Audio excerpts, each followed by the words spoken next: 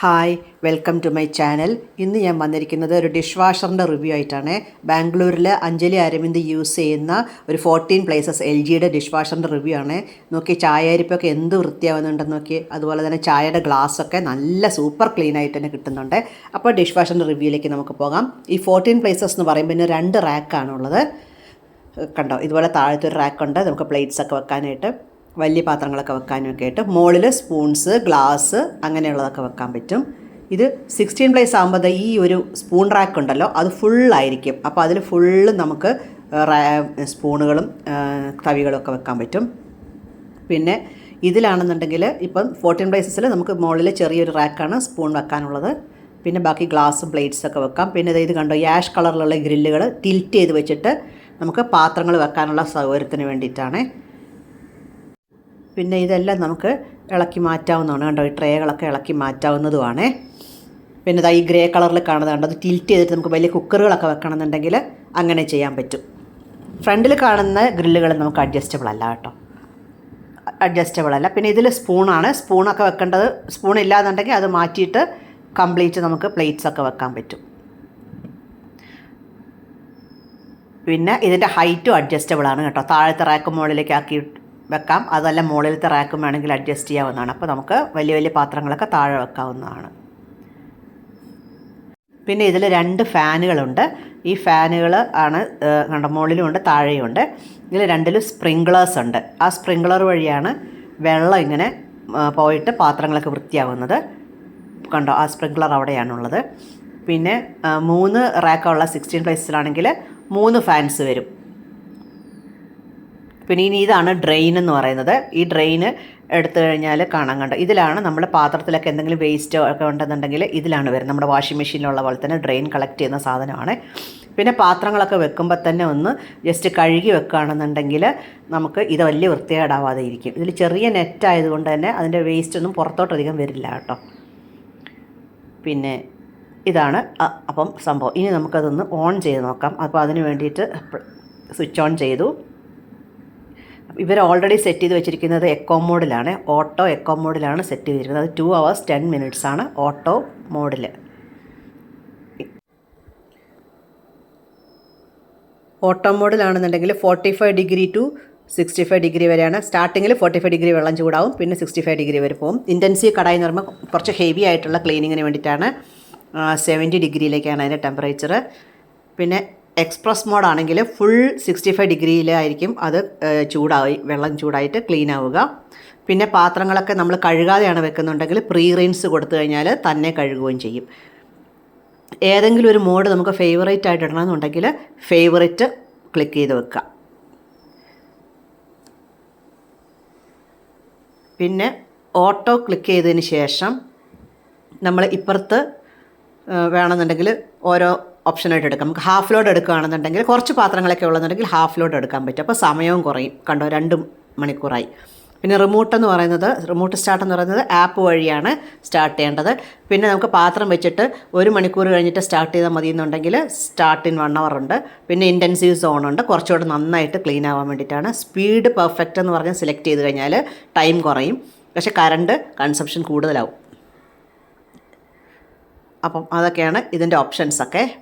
അപ്പം പവർ കൂടുതൽ വലിക്കുന്നുണ്ട് ഈ സ്പീഡ് എടുക്കുമ്പോൾ. ഇവർക്ക് കുറച്ച് പാത്രങ്ങളെ ഉള്ളതുകൊണ്ട് ഇവർ ഹാഫ് ലോഡാണ് ഇടുന്നത്. ഇപ്പം ഇനി ഏതെങ്കിലും ഒരെണ്ണം അൺസെലക്ട് ചെയ്യണമെന്നുണ്ടെങ്കിൽ ലോങ് പ്രസ് ചെയ്ത് കഴിഞ്ഞാൽ ഈ ബട്ടൺസൊക്കെ അൺസെലക്റ്റ് ആവുകയും ചെയ്യും.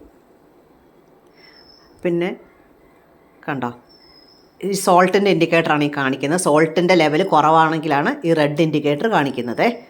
അപ്പോൾ ഈ ഇൻഡിക്കേറ്റർ എന്ന് പറഞ്ഞത് നമ്മുടെ റിൻസൈഡിൻ്റെയാണ്. ബോഷിൻ്റെ ഡിഷ് വാഷർ ഇൻസൈഡിൻ്റെ ഇൻഡിക്കേറ്ററാണ്, മുകളിൽ ലൈറ്റ് കത്താൻ വേണ്ടിയിട്ടുള്ള സിമ്പിൾ. പിന്നെ ഇതാണെന്നുണ്ടെങ്കിൽ ഡിറ്റർജൻറ്റിൻ്റെയാണ് സിമ്പിൾ. അപ്പോൾ അതിനനുസരിച്ചിട്ട് ഓരോന്ന് മുകളിൽ ആ സിമ്പിൾ ഓണാവും. സോൾട്ടിൻ്റെ സിമ്പിൾ കാണിച്ചു തരാമേ. ഇതാ താഴെയാണുള്ളത്. ആ ഡ്രെയിനിൻ്റെ അടുത്തായിട്ട് സോൾട്ടിൻ്റെ സിമ്പിളുണ്ട് കേട്ടോ. ആ സിമ്പിളിൻ്റെ ലൈറ്റ് ആയിരിക്കും മുകളിൽ കത്തുക. സോൾട്ട് കുറവാണെന്നുണ്ടെങ്കിൽ ഇപ്പോൾ നമ്മൾ കണ്ടില്ലേ ആ ലൈറ്റ്.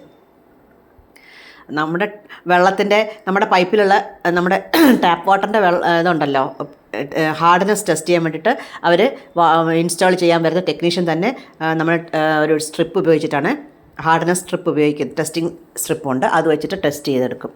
അപ്പോൾ ഇവർക്ക് അതിനനുസരിച്ചിട്ടാണ് സെറ്റ് ചെയ്ത് കൊടുക്കുക സോൾട്ടിൻ്റെ ലെവൽ. ഇനി ഇവർ യൂസ് ചെയ്യുന്ന ഫോർച്യൂണിൻ്റെ സോൾട്ടും ബോഷിൻ്റെ ഡിഷ് വാഷറുമാണേ. ഡിഷ് വാഷർ ഇൻസൈഡാണ്. ഓക്കെ, ഇത് ആദ്യം ഇവർ സോൾട്ട് ഫില്ല് ചെയ്യുവാണേ. സോൾട്ടൊക്കെ ഇട്ട് കഴിഞ്ഞാൽ അതൊരു 15 ഡേയ്സിലേക്ക് ഉണ്ടാകും എന്നാണ് പറയുന്നത്. ഇത് വെള്ളത്തിൻ്റെ ഹാർഡ്നെസ് അനുസരിച്ചിട്ടാണ് ആ സോൾട്ട് നമ്മളുടെ മെഷീൻ എടുക്കുക. ഇവർ 1 കിലോയുടെ ഒരു പാക്കറ്റ് അങ്ങ് ഫില്ല് ചെയ്ത് വെക്കുകയാണ് ചെയ്യുന്നത്. അപ്പം മെഷീൻ ആവശ്യത്തിന് എടുത്തിട്ട് യൂസ് ചെയ്തോളും എന്നാണ് പറയുന്നത്. അപ്പോൾ ഇതിന് വേണ്ടിയിട്ട് അവർ പ്രത്യേക ടെസ്റ്റൊക്കെ ചെയ്യുന്നുണ്ട് കേട്ടോ. ടെക്നീഷ്യൻസ് വന്നിട്ട് TDS ലെവൽ എന്നാണ് പറയുന്നത്. അപ്പോൾ ഇവർക്ക് TDS 7 ആണുള്ളത്. ഇവർ ബാംഗ്ലൂരിൽ നല്ല ഹാർഡ്നെസ് കൂടുതലാണ് വെള്ളത്തിന്. അതുകൊണ്ട് അവർ സോൾട്ട് കുറച്ച് കൂടുതലായിട്ട് എടുക്കുമായിരിക്കും. നമ്മുടെ കേരളത്തിലൊന്നും അത്രയും ഹാർഡ് വാട്ടറിൻ്റെ പ്രോബ്ലം വരത്തില്ല. അപ്പോൾ സോൾട്ട് വലിയ യൂസേജ് വേണമെന്നുണ്ടാവില്ല എന്നാണ് എനിക്ക് തോന്നുന്നത്.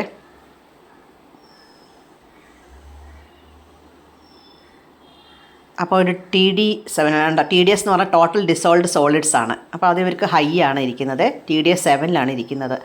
അപ്പം അതിനനുസരിച്ചിട്ടാണ് ഇവരുടെ സോൾട്ട് കൺസംഷൻ എന്ന് പറയുന്നത്. അപ്പം ഒരു പാക്കറ്റ് അവർ ഫുള്ളാക്കുന്നുണ്ട്. അപ്പോൾ അതിനിടയ്ക്ക് അതിൽ കുറച്ച് വെള്ളം ഉണ്ടാകുമെന്നാണ് പറയുന്നത്. ആ വെള്ളം ഒന്ന് തട്ടി കളഞ്ഞതിന് ശേഷമാണ് വീണ്ടും ഫില്ല് ചെയ്യുന്നത്. പിന്നെ ഈ സോൾട്ട് ഫില്ല് ചെയ്യാൻ വേണ്ടിയിട്ട് അവർക്കൊരു ഫണലും കൂടെ കൊടുക്കുന്നുണ്ട് മെഷീൻ്റെ കൂടെ തന്നെ.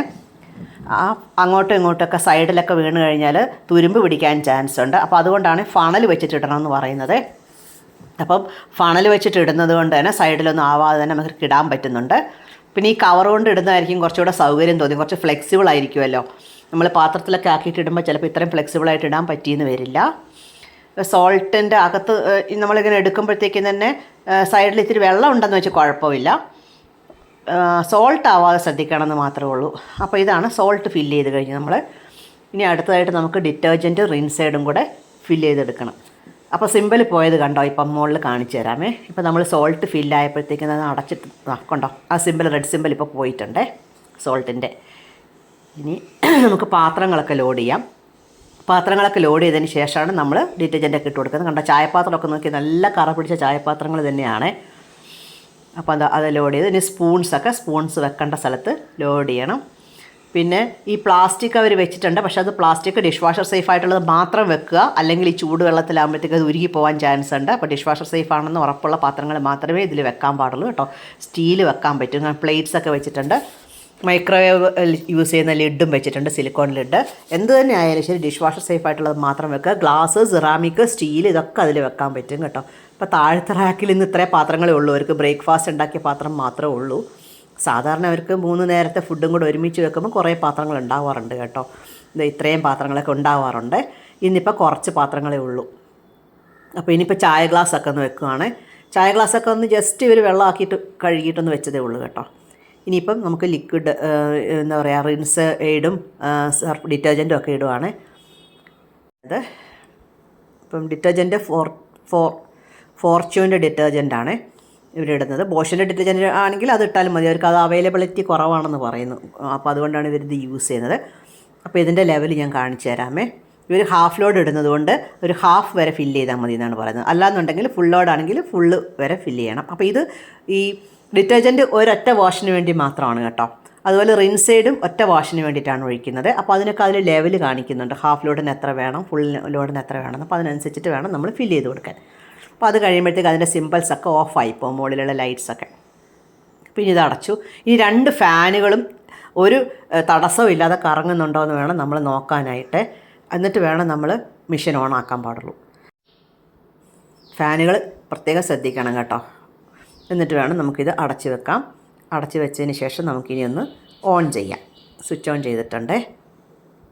അപ്പോൾ ഇവർക്ക് കുറച്ച് പാത്രങ്ങളുള്ളതുകൊണ്ട് ഇവർ ഹാഫ് ലോഡാണ് ഇന്ന് ഇടുന്നത്. അപ്പോൾ 2 hours 15 minutes എന്ന് കാണിച്ചാൽ പോലും 2 hours എടുക്കുകയുള്ളൂ. ഹാഫ് ലോഡ് ആയതുകൊണ്ട് ഓട്ടോമാറ്റിക്കലി അവരുടെ പാത്രങ്ങളുടെ അളവനുസരിച്ചിട്ട് അത് അഡ്ജസ്റ്റ് ആവും എന്നാണ് പറയുന്നത്. പിന്നെ ഇത് ഓണാക്കിയിട്ടുണ്ട്. ഹാഫ് ലോഡ് ഓണാക്കുന്നുണ്ട്. ഹാഫ് ലോഡ് അൺസെലക്ട് ചെയ്ത് കഴിഞ്ഞാൽ ഫുൾ ലോഡിലേക്ക് എടുക്കാവുന്നതാണ് നമുക്ക്. അപ്പം ഇനി ഇത് ഓൺ ചെയ്തിട്ടുണ്ട്. ഇനി നമ്മൾ ഈ സമയം കഴിയുമ്പോൾ വന്ന് നോക്കിയാൽ മതി. പക്ഷേ വന്ന പാടെ തുറന്ന് നോക്കരുത്. കുറച്ച് നേരം ഒന്ന് തുറന്ന് വെക്കണം. നല്ല ചൂടോടെ ആയിരിക്കും പാത്രങ്ങളൊക്കെ ഇരിക്കുക കേട്ടോ. അപ്പോൾ ഇതിൽ നമുക്ക് ആപ്പ് വഴി നമുക്ക് ഇത് മനസ്സിലാക്കുന്നുണ്ട്. ഹോം കണക്റ്റ് എന്ന് പറഞ്ഞ ആപ്പ് നമ്മുടെ ഫോണിൽ ഇൻസ്റ്റാൾ ചെയ്തിട്ടുണ്ടെങ്കിൽ ബോഷിൻ്റെ എല്ലാ ഡീറ്റെയിൽസും നമുക്കിതിൽ കിട്ടും. അപ്പോൾ ഈ ആപ്പ് വഴി നമുക്ക് കൺട്രോൾ ചെയ്യാനും പറ്റും വാഷിംഗ് മെഷീനൊക്കെ. അതാ ഇപ്പോൾ ഓണാണെന്നാണ് കാണിക്കുന്നത്. 9:56 PM തീരും എന്നാണ് കാണിക്കുന്നത് വാഷിങ്. അപ്പോൾ അതിൽ കൺട്രോൾ ചെയ്യാനുള്ള ഫെസിലിറ്റീസ് എല്ലാം ഉണ്ട്. സെറ്റിങ്സൊക്കെ മാറ്റാൻ പറ്റും. പിന്നെ ഇതിൻ്റെ മന്ത്ലി ആവറേജ്, മന്ത്ലി അനാലിസിസ് എല്ലാം ഇതിൽ ക്ലിയറായിട്ട് കാണുന്നുണ്ട്. കണ്ടോ? പിന്നെ എനർജി കൺസംഷൻ ഇതെല്ലാം കാണിക്കുന്നുണ്ട്. വാട്ടർ കൺസംഷൻ എല്ലാ സംഭവങ്ങളും കാണിക്കുന്നുണ്ട്. പിന്നെ നമുക്ക് കൺട്രോൾ ചെയ്യാൻ പറ്റുന്നുണ്ട്. സ്റ്റോപ്പ് ചെയ്യണമെന്നുണ്ടെങ്കിൽ നമുക്ക് റിമോട്ടായിട്ട് സ്റ്റോപ്പ് ചെയ്യാൻ പറ്റും. ഈ ആപ്പ് ഉപയോഗിച്ചിട്ട് നമുക്ക് ഓഫീസിലൊക്കെ ഇരുന്ന് വേണമെന്നുണ്ടെങ്കിൽ നമുക്കത് കൺട്രോൾ ചെയ്യാവുന്നതാണ്.